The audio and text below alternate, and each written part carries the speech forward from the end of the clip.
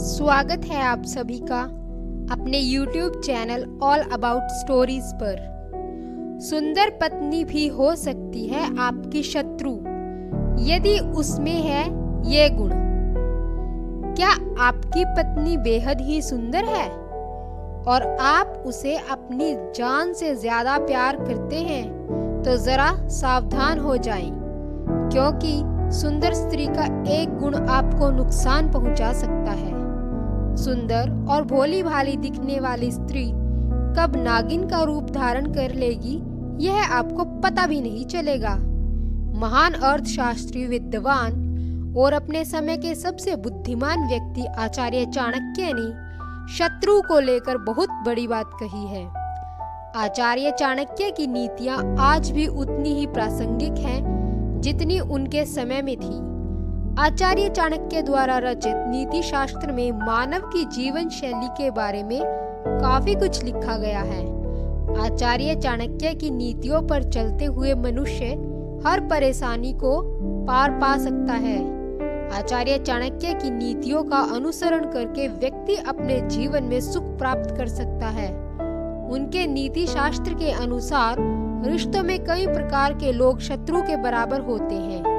इसमें उन्होंने सुंदर पत्नी को भी शामिल किया है। आइए जानते हैं उन लोगों के बारे में जिन्हें चाणक्य ने सबसे बड़ा शत्रु बताया है। आचार्य चाणक्य शत्रु के स्वरूप की चर्चा करते हुए कहते हैं कि रण करने वाला पिता शत्रु होता है, व्यभिचारिणी माँ भी शत्रु होती है, रूपवती पत्नी शत्रु होती है तथा मूर्ख पुत्र शत्रु होता है। यह कहा जा सकता है कि पुत्र के लिए कर्जा छोड़ जाने वाला पिता शत्रु के समान होता है। बुरे चाल चलन वाली माँ भी संतान के लिए शत्रु के समान होती है। अधिक सुंदर पत्नी को भी शत्रु के समान समझना चाहिए तथा मूर्ख पुत्र भी माँ बाप के लिए शत्रु के ही समान होता है।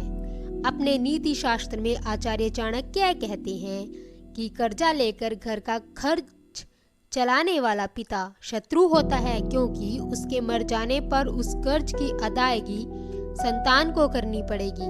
व्यभिचारिणी माँ भी शत्रु के रूप में निंदनीय और त्याज्य है, क्योंकि वह अपने धर्म से गिरकर पिता और पति के कुल को कलंकित करती है। ऐसी माँ के पुत्र को सामाजिक अपमान सहना पड़ता है। इसी प्रकार जो स्त्री अपने सौंदर्य का अभिमान करके पति की उपेक्षा करती है उसे भी शत्रु ही मानना चाहिए, क्योंकि वह कर्तव्य विमुख हो जाती है। मूर्ख पुत्र भी कुल का कलंक होता है, वह भी त्याज्य है। इसलिए अपने उद्यम से परिवार का निर्वाह करने वाला पिता, पतिव्रता माता और अपने रूप और सौंदर्य के प्रति अहंकार न रखने वाली स्त्री और विद्वान पुत्र ही हितकारी होते हैं। इन्हें वश में करें। आचार्य चाणक्य ने वशीकरण को लेकर भी लिखा है। आचार्य चाणक्य वशीकरण के संबंध में बताते हैं कि लालची को धन देकर, अहंकारी को हाथ जोड़कर, मूर्ख को उपदेश देकर तथा पंडित को यथार्थ बात बताकर वश में करना चाहिए। आचार्य चाणक्य कहते हैं कि लालची व्यक्ति को धन देकर कोई भी काम कराया जा सकता है। घमंडी व्यक्ति से कोई काम कराना हो तो उसके सामने हाथ जोड़कर झुककर चलना चाहिए। मूर्ख व्यक्ति को केवल समझा बुझाकर ही वश में किया जा सकता है। विद्वान व्यक्ति से सत्य बात कहनी चाहिए, उन्हें स्पष्ट बोलकर ही वश में किया जा सकता है। तो दोस्तों, अगर वीडियो पसंद आई है तो वीडियो को लाइक, कमेंट, शेयर जरूर करें और चैनल को सब्सक्राइब करना ना भूलें। साथ ही बेल आइकन प्रेस करें जरूर और दोस्तों मुझे सपोर्ट करें। Thank you friends.